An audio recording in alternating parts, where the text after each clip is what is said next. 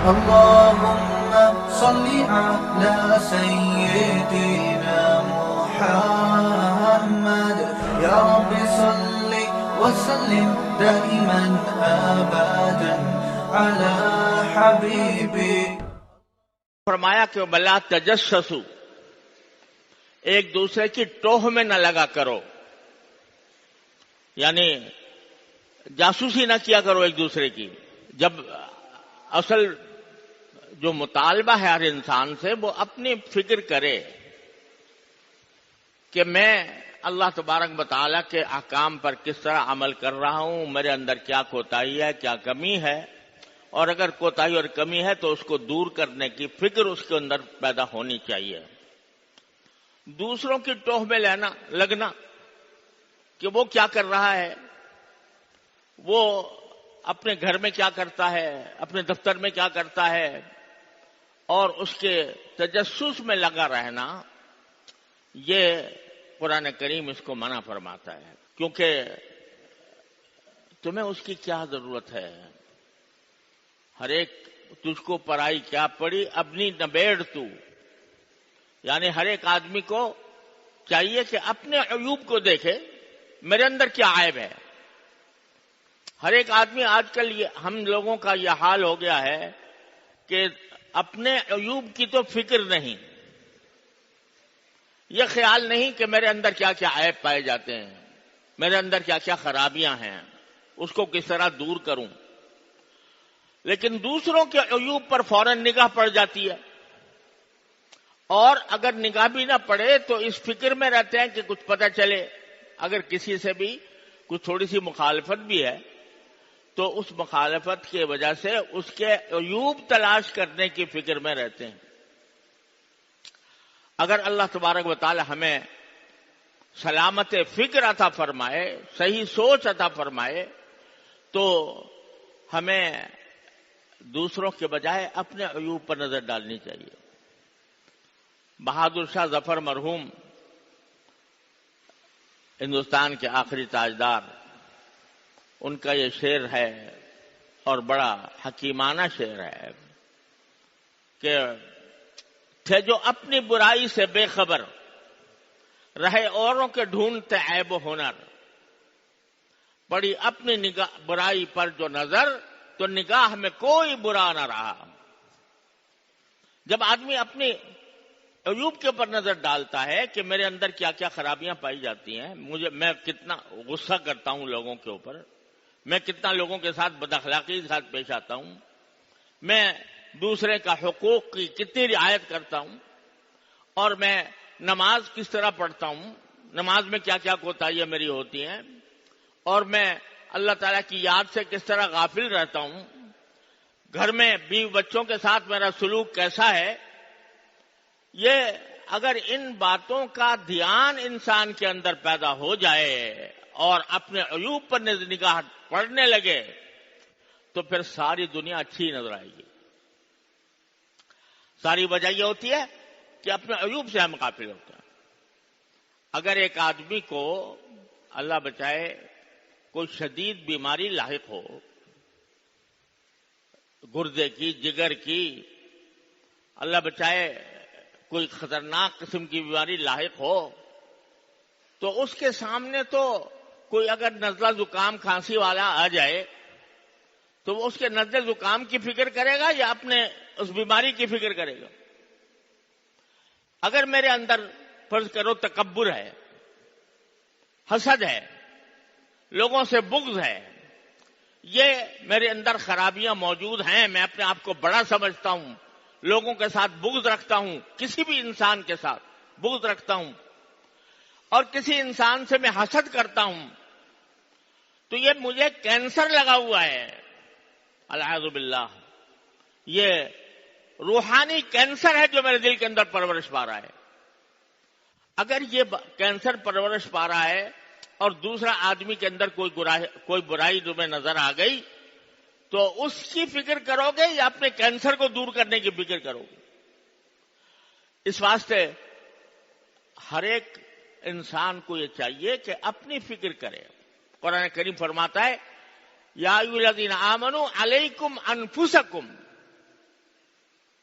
لا یضرکم من ضل اذا اہتدیتم، اے ایمان والو اپنی خبر لو، اپنی فکر کرو، تم کیسے ہو؟ تمہیں جب قبر میں جاؤ گے اور اللہ تعالیٰ کے سامنے پیش ہوگے تو تمہارا کیا حال ہوگا؟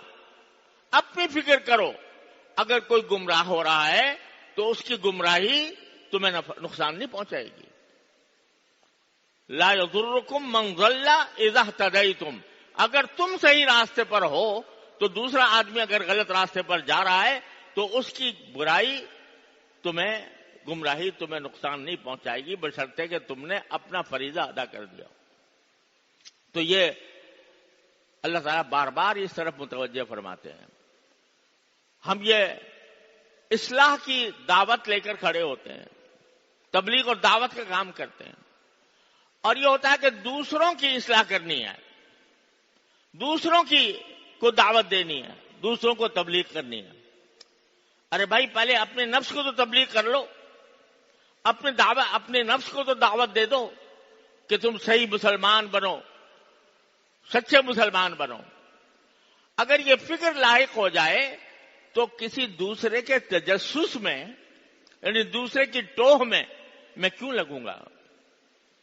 میں کیا وہ جانے، اس کا اللہ جانے، میں اس کے تجسس میں لگ کر اس کے عیوب ڈھونڈنے کی فکر کروں کہ بھئی یہ تنہائی میں کیا کرتا ہے اور دفتر میں کیا کرتا ہے اور اس کا سلوک کیسا ہے اور اس کی تنخواہ کتنی ملتی ہے، وہ پتہ نہیں حلال طریقے سے آ رہی ہے حرام طریقے سے آ رہی ہے، اس فکر میں کیوں پڑوں؟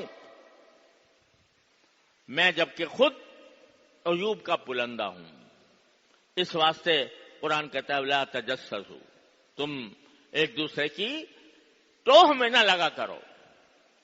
یہ ایسی بیماری ہے کہ اس کی وجہ سے لوگوں کے دلوں میں نفرتیں پیدا ہوتی ہیں۔